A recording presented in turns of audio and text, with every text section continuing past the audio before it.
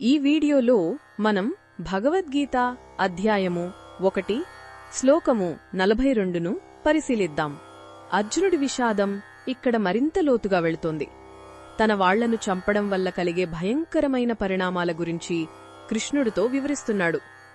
అర్జునుడి మాటలలో కుటుంబంలోని పెద్దలు, ధర్మం తెలిసినవారు చనిపోతే ఆ వంశంలో వర్ణసంకరం ఏర్పడుతుంది అంటున్నాడు.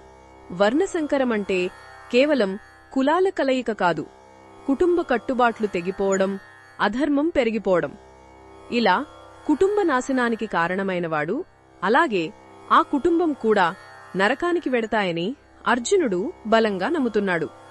ఎందుకంటే మన సంప్రదాయం ప్రకారం చనిపోయిన మన పెద్దలకు, అంటే పితృదేవతలకు మనం పిండ ప్రదానం, తర్పణాలు సమర్పిస్తాము. ఈ కర్మల వల్ల వారికి సద్గతులు కలుగుతాయని మన విశ్వాసం. ఇప్పుడు అర్జునుడి భయమేంటంటే, యుద్ధంలో బంధువులందరూ చనిపోతే ఈ పిండ ప్రదానాలు చేసేందుకు వారసులుండరు.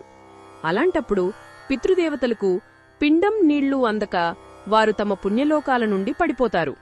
తన వల్ల తన పూర్వీకులు కూడా కష్టాల పాలవుతారనే ఆలోచన అర్జునుడిని మరింత కుంగదీస్తోంది.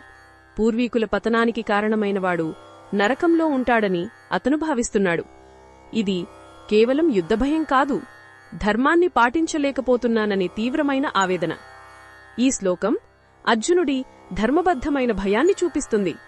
అతను తన సుఖం కన్నా పూర్వీకుల సద్గతి గురించి ఆందోళన చెందుతున్నాడు. ఇది మన కుటుంబ బాధ్యతలను, సంప్రదాయాలను గౌరవించాల్సిన అవసరాన్ని గుర్తుచేస్తుంది. కాని కొన్నిసార్లు మనకు తెలిసిన ధర్మం మన భావోద్వేగాల వల్ల, అజ్ఞానం వల్ల తప్పుదారి పట్టవచ్చు. అసలైన కర్తవ్య మార్గాన్ని భగవంతుని ఉపదేశం మాత్రమే మనకు చూపగలదు. ఇది ఈ శ్లోకంలోని భావాన్ని వివరించడమే లక్ష్యం.